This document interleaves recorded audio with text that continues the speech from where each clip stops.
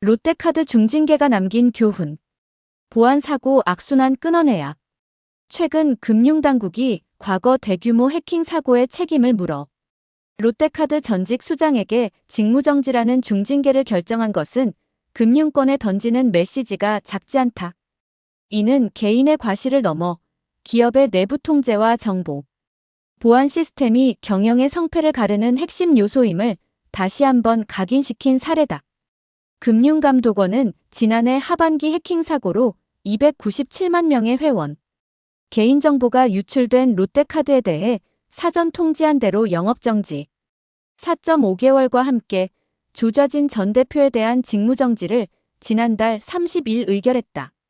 해킹엔 카드번호와 유효기간 등 결제 관련 핵심 정보까지 포함된 것으로 전해져 금융 소비자 입장에서 이는 단순 개인정보 침해를 넘어 직접적 금전 피해까지 우려되는 사안이다.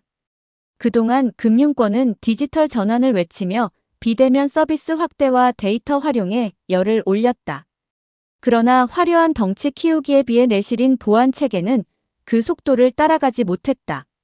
롯데카드와 최근의 여러 사례에서 보듯 해킹 사고는 고도화된 기술적 공격 때문이기도 하지만 대개는 아주 기본적인 보안 수칙을 지키지 않거나 내부 관리 감독이 느슨해진 틈을 타 발생한다. 결국 보안 사고는 운이 없어서 일어나는 우연이 아니라 경영진의 우선순위에서 보안이 뒤처졌을 때 발생하는 필연에 가깝다. 기업 입장에서 보안 시스템 구축과 유지 보수는 당장 눈에 보이는 수익을 창출하지 않는 비용으로 느껴질 수 있다. 하지만 사고 한 번에 무너지는 고객의 신뢰와 브랜드 가치, 그리고 이번 중징계처럼 경영진의 커리어를 끝낼 수 있는 법적 사회적 책임을 고려한다면 보안은 그 무엇보다 수익률이 높은 투자가 된다. 금융당국이 경영진에게 직접 책임을 묻기 시작한 이상 이제 보안 책임은 실무부서의 영역을 넘어 이사회와 CEO의 핵심 어젠다가 되어야 한다.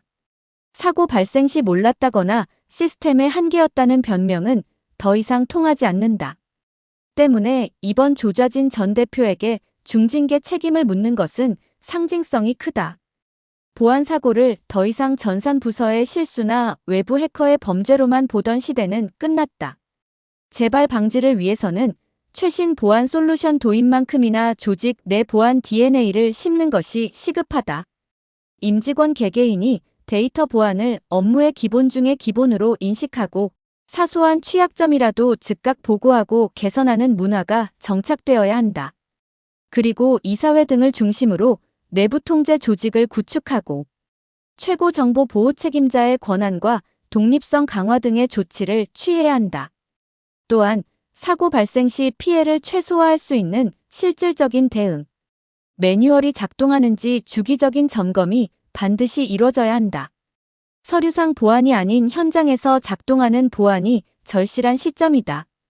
이번 롯데카드 사태에 대한 엄중한 제재가 카드업계를 넘어 금융권 전체의 보안 의식을 일깨우는 강력한 예방주사가 되어야 한다.